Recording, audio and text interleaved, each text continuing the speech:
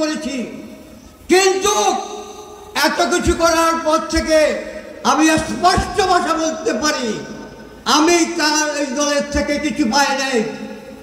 আমি গর্বের সঙ্গে বলতে পারি আমি কোনো পরিস্থিতির সঙ্গে মাথা নত করি নাই। স্বনামধন্য ব্যক্তিত্বের অধিকারী যাকে আপনারা সকলে জানেন, আমাদের রফিকুল আলম মজনু ভাই।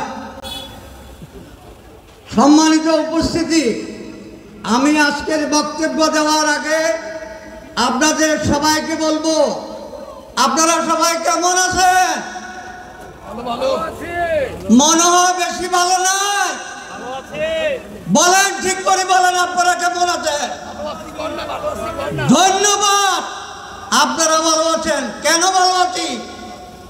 দীর্ঘদিন অপশাসনের পরে দেশের যে পথ পরিবর্তন হয়েছিল 5ই আগস্ট, সেদিন এই বাংলাদেশের বিশেষ করে ছাগলনাইয়া, ফুলগাজী, পরশুরাম উপজেলার সনাতন প্রিয় হিন্দুদের পাশে সর্বপ্রথম আস্থা এবং ভরসা নিয়ে জড়িয়ে এসেছিলেন বাংলাদেশ জাতীয়তাবাদী দলের বিভিন্ন ইউনিটের নেতৃবর্গ। তাই আজকের এই মঞ্চে দাঁড়িয়ে সর্বপ্রথম সে সর্বকালের স্মৃতিকে অন্তরে ধারণ করে সবাইকে আমি অভিনন্দন জানাচ্ছি। সম্মানিত উপস্থিতি, আপনারা জানেন আমি একজন অন্ধ মানুষ, মনে কিছু নিয়েন না, আমি সত্যবাদী।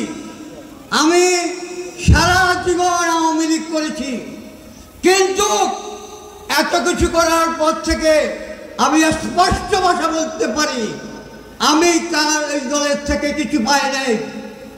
আমি গর্বের সঙ্গে বলতে পারি আমি কোনো পরিস্থিতির সঙ্গে মাথা নত করি নাই।